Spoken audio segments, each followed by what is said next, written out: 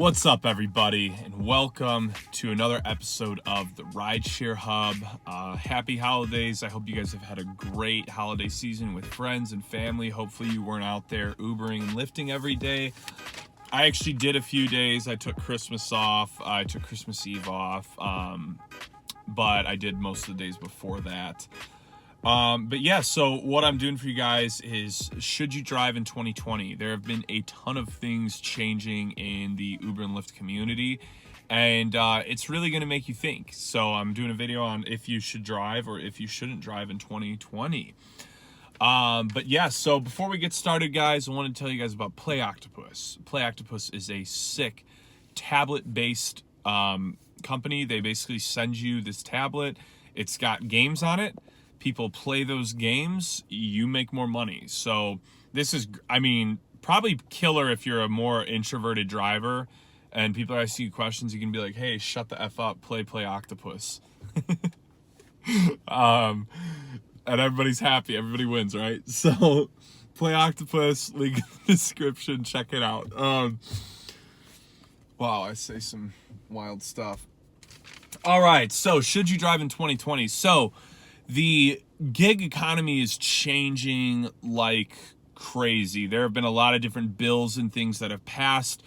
I doubt we'll see a lot of these things like really heavily take action in like the next 3 months, but I would say by the end of the year, we're going to see a lot of this going on. So what's been going on? Well, a lot of states, I believe California and New York, for like two of the biggest ones, which obviously those are like huge parts of the rideshare economy for Uber and Lyft. But they're trying to pass laws that would basically like make us like more of an employee than a contractor. So some things that would be for this are like guaranteed minimum wage, benefits, certain benefits. Technically a vacation, which I qualify for Uber's vacation giveaway on their Platinum Rewards, which I still kind of believe is a hoax. I don't think anybody's ever actually won a vacation from that. I think they just say it's part of your Uber Platinum benefits. Some lucky drivers going to Maui, and it's like they're just pulling like a random picture off Google of some person in Maui. So what does this mean? So now, on paper, that sounds awesome. Like, hey, guaranteed minimum wage, that'd be great. There's a lot of slow days where you really won't make minimum wage. Benefits, that all sounds great. But here's the real truth of the matter. That would increase the cost of these companies by an estimated like 20 to 30%. Here's the other problem with that. Both companies are broke. Uber last quarter was like negative 700 million. I've got a video on that. Lyft is broke. Like neither company's really ever made a profit, technically. Obviously, they probably have in some way, shape, or form. I don't really know anything about how big businesses like that work. But that's what it's reported, is that they've never actually like profited from their services. So how are they going to do that? And so I really think that what this is going to end up doing is it's going to create some change that I can almost promise you and guarantee you won't benefit us. That it's just the only way I can see that happening, because let's be honest, guys, like most of the time you can make well over minimum wage, I don't know if I've ever made below, I think minimum wage here in Arizona is like $11.50 an hour or something like that. And I really doubt I've ever made less than that, except when I did the Lyft Express Drive program, because that's freaking, you're getting robbed blind when you do that crap. But I don't, like, other than that, I don't think so. Like, I think I've always made like at least 13 an hour. So like, I don't need the minimum wage guarantee. Like, if you need that guarantee, you either live in like the smallest town that has like the worst gig community, rideshare community, or I don't know. But like, I don't really see the minimum wage thing being a huge benefit, right? Benefits, sure, that'd be great. I wouldn't mind having some health insurance from Uber and Lyft. That'd be great. Yeah, they do both promote cheap programs for us. I've never actually tried them out. I don't know if they're even worthwhile. I'd actually, if any of you have used some of like the discounted health benefits from Uber and Lyft, let me know how that is, because I'd actually be really curious.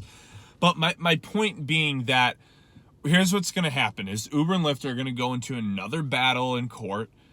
And, you know, the states are going to say, hey, we don't want you guys to continue doing service unless you treat your employees better. Now, here's what's interesting. So, like, this is like the stuff that's happening right now. And so Uber basically said, well, you guys can do that, but our drivers aren't a part of our core business functions or something along that line.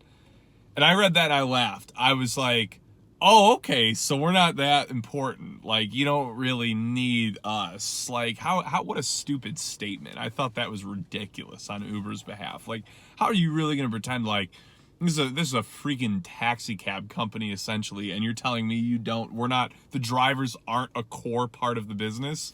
That's absurd. So, like, where I'm at in all of this is I'm torn. I actually really understand where Uber and Lyft are at on this. And the funny thing is, if you watch a lot of my other videos, I'm usually just like going to town bashing them. But in this scenario, like, I actually think leaving the model the way it is the best outcome, because I just don't think they can realistically change anything. So, like, my fear is that if they're forced to do this, that Uber and Lyft will, like, they'll have to find a way to make it work. And I'm guessing that the only way it would work is somehow hurting us more. I don't know if that would be like even more rate cuts.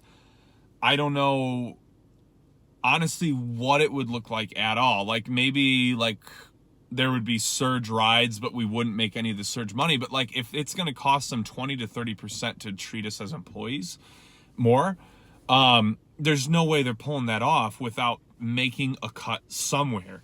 They already made their second round of cuts in-house. They just laid off 435 employees in their tech department, and they released a statement saying they did that hoping that it would bring back an edge to the company. I didn't really get what that meant at all, but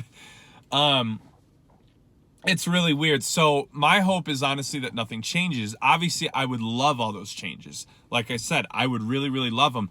But at the cost of my pay or whatever else it would be, like my fear is that the way they change it might be that then you like really only make minimum wage and you don't have the potential to make more. Because if that happens, I'm quitting.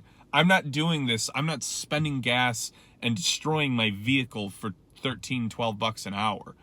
I'm not going to do it. So that's like one outcome that I think might happen, is that then there's like you can only make minimum wage and not more. Like, that's my fear, is that like I said, I don't really know what it would be. I have no idea what it would be, but I know they're all sitting in their rooms freaking out about this at their, base offices, trying to figure out how they're going to combat this if a lot of these bills pass. And some of these bills have already passed. I believe it already did in California. California drivers are at a huge, huge threat right now.